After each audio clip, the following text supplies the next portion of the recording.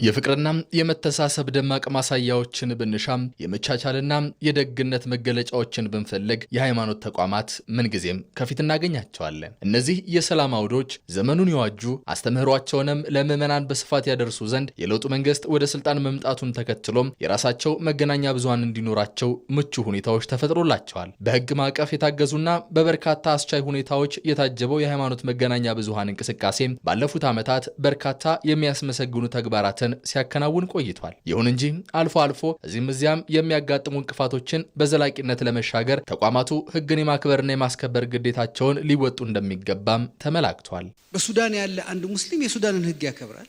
ኢትዮጵያ ውስጥ ያለ ሙስሊም ደግሞ የኢትዮጵያን ህግ ያከብራል። ግብጽ ውስጥ ያለ አንድ ኦርቶዶክስ የግብጽን ህግ ያከብራል። ኢትዮጵያ ውስጥ ያለ ኦርቶዶክስ ደግሞ የኢትዮጵያን ህግ ያከብራል። ጀርመን ያለ አንድ ወንጌላዊ የጀርመንን ያከብራል። ኢትዮጵያ ውስጥ ያለው ደግሞ የኢትዮጵያን ህግ ያከብራል። አንድ የሚያደርገን ኢትዮጵያ የሚለው ከፊታችን መምጣቱ ሱዳን ወይም የግብጽ ወይም የሳውዲ ወይም የአሜሪካ አብያተ ክርስቲያናት እዚህ ሚዲያዎች አልተጠሩም። የኢትዮጵያን የተጠሩት ለምን? በኢትዮጵያ ህግ ስለተቋቋሙና በኢትዮጵያ ውስጥ ስለሚሰሩ ማለት ነው። ስለዚህ የኢትዮጵያ የሆነውን ነው መጀመሪያ የምናከብረው። በዛ የኢትዮጵያ ህግ በኩል ሃይማኖታችንን እንዴት እናስተምር ነው። ከለውጡ ወዲህ እናንተም ስታነሱት ነበረ ሚዲያ 310 የተመዘገበና ፈቃድ ይወሰዳል። የሃይማኖት ሚዲያዎች ግን 51 ናቸው። እንግዲህ ፍርዱን ለእናንተ ነው የምተው። ይሄ 51 ሚዲያ የሀገሪቱ ህግ በሚፈቅደው የፕሬስ አዋጁ በሚፈቅደው እንደገናም ደግሞ ማህበረሰባችን ልጆችን እየቀረጹልኝ ነው፣ ግብረ ገብ እያስተማሩልኝ ነው፣ መልካም ዜጋ እያደረጉልኝ ነው እያለን ነው። ተቋማቱ የተመሰረቱበት ብቸኛና ዋነኛው ዓላማ ሃይማኖታዊ አስተምህሮን በተለያየ የህይወት ሩጫ ውስጥ ለሚገኙ ምዕመናቸው ማድረስ ነው። በመሆኑም ከዚህ ቅዱስ ዓላማቸው ሊያደናቅፉ የሚችሉ ማናቸውንም ጉዳዮች በህግና መመሪያ ሚዛን ሊቃኛቸው ይገባል። ሃይማኖትን የምናስተምርበት አንዱ መንገድ ሚዲያ ነው። ሁሉም ሰው እንደ ድሮ አይደለም። ዛሬ ሰው በመኪና ይንቀሳቀሳል፣ በአውሮፕላን ይሄዳል፣ ቤቱ ነው። ሌላ ቦታ ሆኖ የሃይማኖት ትምህርት ያስፈልገዋል። ስለዚህ የሃይማኖት ትምህርትን ስለምናስተላልፍበት የሃይማኖት ሚዲያ ይፈቀድልን የሚል ነው ጥያቄው። መሰረቱ ይሄ ነው። የሃይማኖት ሚዲያ የተቋቋመበት በትክክለኛ ሃይማኖታዊ አስተምሮን እያስተማራችሁ ነው ወይ? ፍቅርን ለመስበክ እኮ 24 ሰዓት አይበቃም አይደል?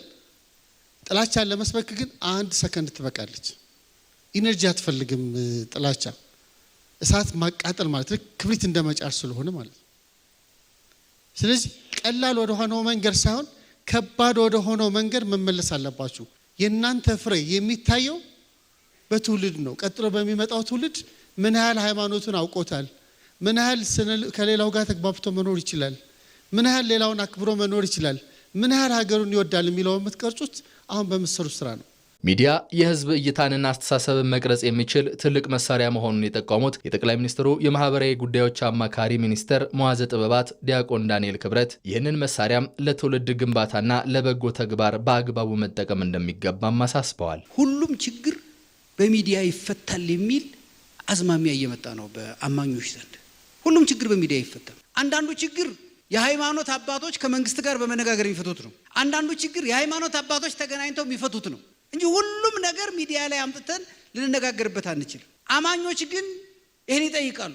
ስለኛ ጉዳይ አልተነገረልንም፣ በደላችን አልተገለጸልንም፣ ህመማችን አልተነገረልንም የሚል ግፊት አለ። ይሄን ሁሉ ነገር መፍታት ያለባቸው በሚዲያ ብቻ አይደለም፣ በህግ፣ በአሰራር፣ በውይይት፣ በምክክር። ሃይማኖት በጣም ስሱ ነው።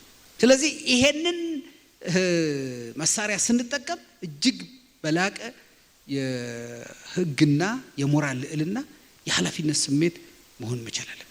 አብዛኞቹ የሃይማኖት ሚዲያዎች ለሀገር ሰላምና ለአብሮነት እሴት መጎልበት የሚያደርጉት ጥረት የሚመሰገን ቢሆንም መገናኛ ብዙሃኑ የጥላቻ ንግግርና እኩይ ተግባራት መጠቀሚያ እንዳይሆኑ አበክረው ሊሰሩ ይገባል።